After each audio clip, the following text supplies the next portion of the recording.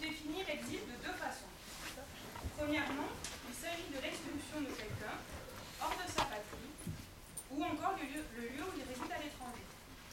Deuxièmement, l'exil représente le séjour hors de sa région, de sa ville d'origine, ou un lieu où l'on se sent comme étranger. Et c'est à ce stade que je me sens obligée de vous parler de mon propre exil. Et dans cette enceinte, on me renvoie tous les jours à cet exil. En effet, je dois vous confesser que je ne suis pas toute seule. J'ai été forcée de quitter les montagnes, mon château et mes ours ariégeois. Cet exil a été motivé par les études. En effet, la belle ville de Foix, avec son célèbre tribunal, son barreau surpeuplé, n'offre pas la possibilité de se former à la profession d'avocat, ni à aucune autre profession d'ailleurs. Et c'est là que je choisis de gagner plus. Qu'est-ce que gagner plus? Dans mon cas, ça a été acquérir plus de connaissances. Mais on pense bien évidemment à une meilleure rémunération.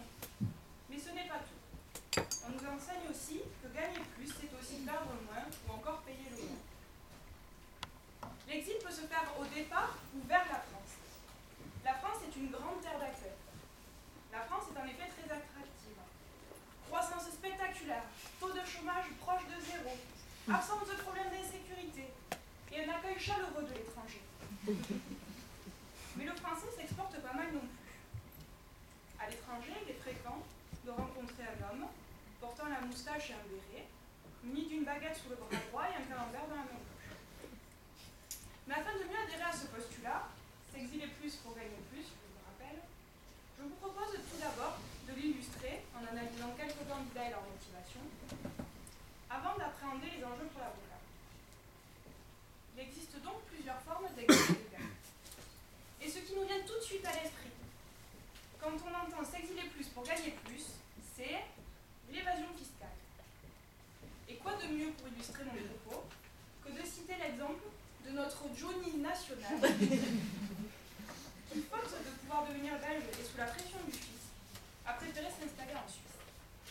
Et oui, résider en Suisse 6 mois et 1 jour vous permet de réduire de moitié vos prélèvements fiscaux. Et les chanteurs ne sont pas les seuls à opérer ce choix. Les sportifs ne sont pas en reste non plus. Confère Yannick Noah, personnalité préférée des Français. Les fonctionnaires appliquent depuis bien longtemps cette formule.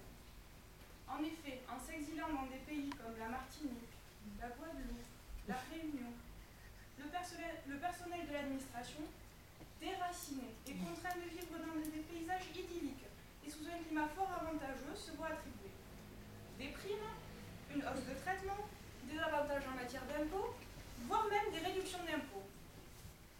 Mais l'exil financier s'illustre également par l'afflux de jeunes femmes de l'Est ou d'Afrique.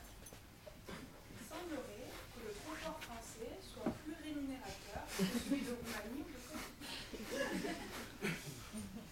Mais l'exil peut parfois être aussi fondé sur des motifs étrangers à des questions financières. L'exil politique est une réalité. Selon la Bible infaillible Wikipédia, l'exil politique consiste à devoir quitter son pays d'origine en raison de répression ou de risque de répression exercée contre soi ou ses proches. Et ça, certains dictateurs, ou personnes peu recommandables, l'ont bien compris et mis en pratique. Prenez par exemple Klaus Barbie. Cet homme a été contraint de fuir son pays et de se réfugier en Amérique du Sud. Tout ça dans le but de sauver sa vie. Face à ces différentes formes d'exil, on peut se demander quelle est la place de l'avocat.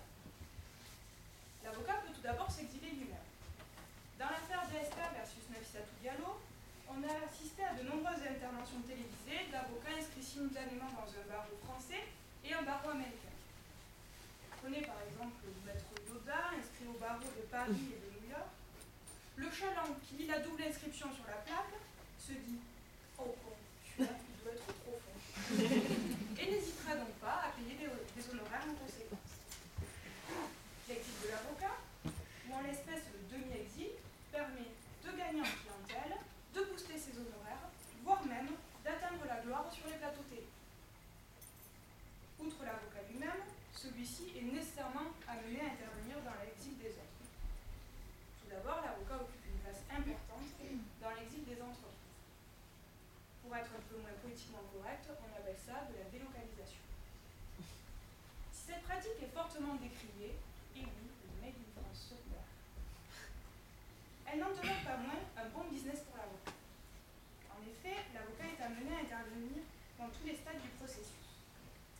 Les pauvres salariés qui manifestent pour garder leur usine, celles où ils ont passé 40 ans de leur vie, qui s'insurgent contre ce salaud de repreneur, qui décide de faire travailler ces petits Chinois de 7 ans, qu'il ne paiera qu'1 euro par jour. Ces victimes de la mondialisation ont vivement besoin d'un avocat pour défendre leurs intérêts de salariés bafoués devant les prud'hommes. De l'autre côté, l'employeur a aussi besoin de se faire assister. D'une part pour se défendre contre les attaques menées par les salariés qui ne comprennent rien aux enjeux économiques et concurrentiels, mais les patrons ont également besoin de conseils en matière de montage juridique, de fiscalité, de problématiques de droit international, de rédaction de contrats. Bref, l'avocat est donc le meilleur ami du patron, qui serait nécessairement perdu sans son conseil. Et dans les deux cas, pour les professionnels du droit, c'est jackpot. Si l'on reprend les cas d'exil que je vous évoquais précédemment, vous verrez que l'avocat y tient une place importante. Vous pensez réellement que cet individu, qui incite à la pyromanie et qui se croit victime d'un délit de faciès, a organisé tout seul son montage fiscal? Et lorsque les travailleuses du sexe se font interpeller, et dans les cas où des poursuites sont engagées, à qui font-elles appel? Non, parce qu'il faut savoir que quand le gouvernement et le législateur créent des infractions, l'arrière-pensée évidente, c'est d'offrir plus de travail aux avocats, et aux jeunes avocats bien souvent commis d'office.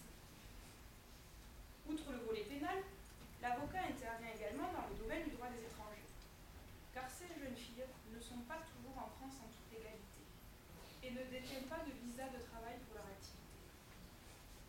L'exil politique suscite également l'intervention de l'avocat.